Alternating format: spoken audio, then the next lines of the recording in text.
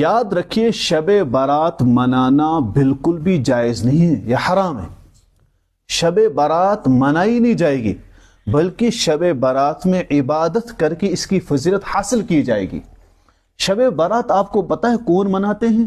یہ 15ویں شب جو ہے، اس دن شیعہ لوگ کہتے ہیں ہمارے جو امام غائب ہے، جو ان کے آخری امام کہاں ہیں؟ غائب ہے، کہتے ہیں ان کی یہ پیدائش کے دن ہے، اس وجہ سے وہ اس دن حلوے پکاتے ہیں، تہوار کی طرح مناتے ہیں، آگ وغیرہ پٹاخے وغیرہ سب جلاتے۔ ان کو دیکھا دیکھی میں سنی مسلمانوں نے بھی یہ چیز عام کر دی، یہ بھی اب حلوے پکاتے ہیں، زیارتوں پر آگ جلاتے ہیں، شمع جلاتے ہیں، پٹاخے پھوڑتے ہیں اور تمام چیزیں کرتے ہیں، تہوار کی طرح مناتے ہیں۔ یہ تہوار کی طرح منانا بالکل بھی جائز نہیں۔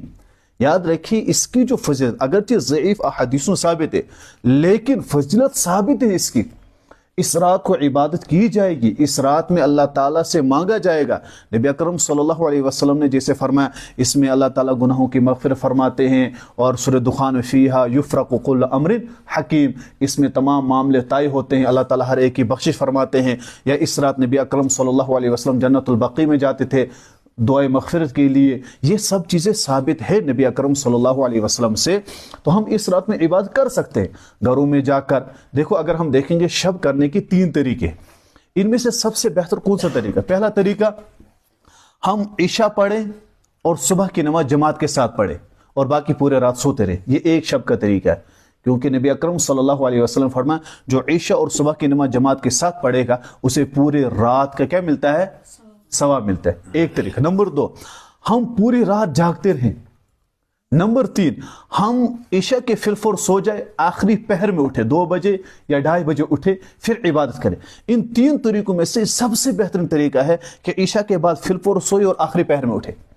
جو ہم پوری رات جاگتے ہیں نا، اس سے کیا نقصان ہوتا ہے؟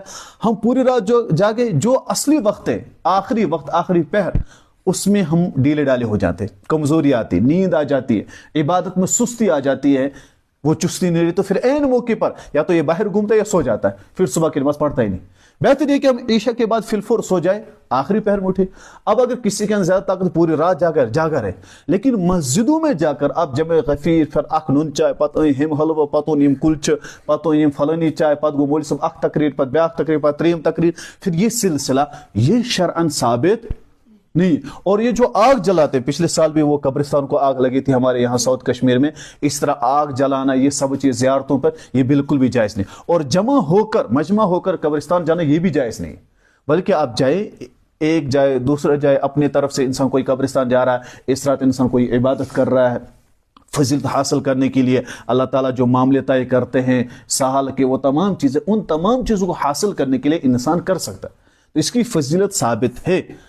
ضعیف روایتوں کو مل کر ہمیں ثابت ہو جاتی، اس کی فضیلت ثابت ہے۔ آپ اس رات میں عبادت کریں، اس رات میں آپ قبرستان جائیں، لیکن آپ تہوار کی طرح منائیں، یہ بالکل بھی جائز نہیں۔ یہ شیعوں کے یہاں ہے، وہ مناتے ہیں کہ امام غائب اس دن پیدا ہوئے ہیں، اس وجہ سے ہم کیا مناتے ہیں؟ تہوار کی طرح مناتے۔ اور سنی مسلمان بھی کیا کرتے ہیں؟ اور چونکہ ہمارے یہ جو سنی ہے نا، یہ سن کے اور دیکھ کے کیا کرتے ہیں؟ عمل کرتے ہیں، پڑھتے نہیں صحیح قرآن، صحیح احادیث، صحیح چیز کو پڑھتے نہیں ہے تاکہ ان چیزوں میں فضیلت حاصل کرے۔ فضیلت کے ہم منکر ہوئے نہیں، ہم نے اس رات کو آپ کو عبادت کرنا بھی کہا، ہم نے کہا عبادت کرے بھی اور سب چیزیں کرے، لیکن آپ دیکھیں جتنا آپ کو کس نے کہا ہے؟ شریعت نے، اپنا نفس نے۔ سنت اور بدعت میں آپ کو پتہ ہے فرق کیا ہے؟ سنت یہ ہے کہ نبی سے محبت اور نبی کے طریقوں کو اپنایا جائے، بدعت نبی سے محبت اور طریقہ اپنا ہو، طریقہ کیا ہو؟ اپنا ہو۔ تو یہ جو چیزیں ہم نے شب بارات پر گڑی ہوئی ہمارے یہاں، برو ازالہ لش وٹر، تم نار آگ وغیرہ جلاتے، یہ آج بھی چل رہا ہے، یہ سب بدعت میں آتے ہیں، اس میں شریعت کوئی اصل نہیں۔ الٹا اگر آپ نے اس کو دین کا اور آپ نے خرافات تہوار کی طرح منایا تو ثواب کے بجائے آپ کو کیا ملے گا؟ گناہ ملے گا۔ تو اس وجہ سے کیا کرنا ہے؟ اس رات میں اللہ تعالیٰ سے گڑ گڑانا ہے، عبادتیں کرنی ہے، رونا ہے، اللہ تعالیٰ سے خوب مانگنا ہے۔ تو کیسے مانگے گا؟ تنہا میں اگر آپ کہوں آپ عشاء کی نماز پڑھیں، اس کے بعد آپ صلاۃ و تسبیح پڑھیں، اس کے بعد آپ نفلیں پڑھیں، اس کے بعد 2-3 پارے پڑھیں، سورہ یاسین پڑھیں، آخری پہر تک آپ پھر کیا کریں؟ دعائیں کریں، پھر اللہ تعالیٰ سے خوب مانگے، اے پروردگار معاف کر دے فلانی گناہ، فلانی خطا ہے، تمام گناہوں سے پھر توبہ کریں، پھر دیکھ اللہ تعالیٰ آپ کے لیے کیا کریں گے؟ بہتر صورت نکالیں گے۔ آیا سمجھ میں؟ باقی تہوار کی طرح منانا بالکل جائز۔ اب کشمیری کہیں گے اس نے کہا ہے کہ شب بارات منانا ہی جائز نہیں۔ میں نے ایسا کہا؟ میں نے کہا شب بارات آپ منائیں، لیکن تہوار کی طرح نہیں، بلکہ اس میں فضیلت کیا کریں؟ حاصل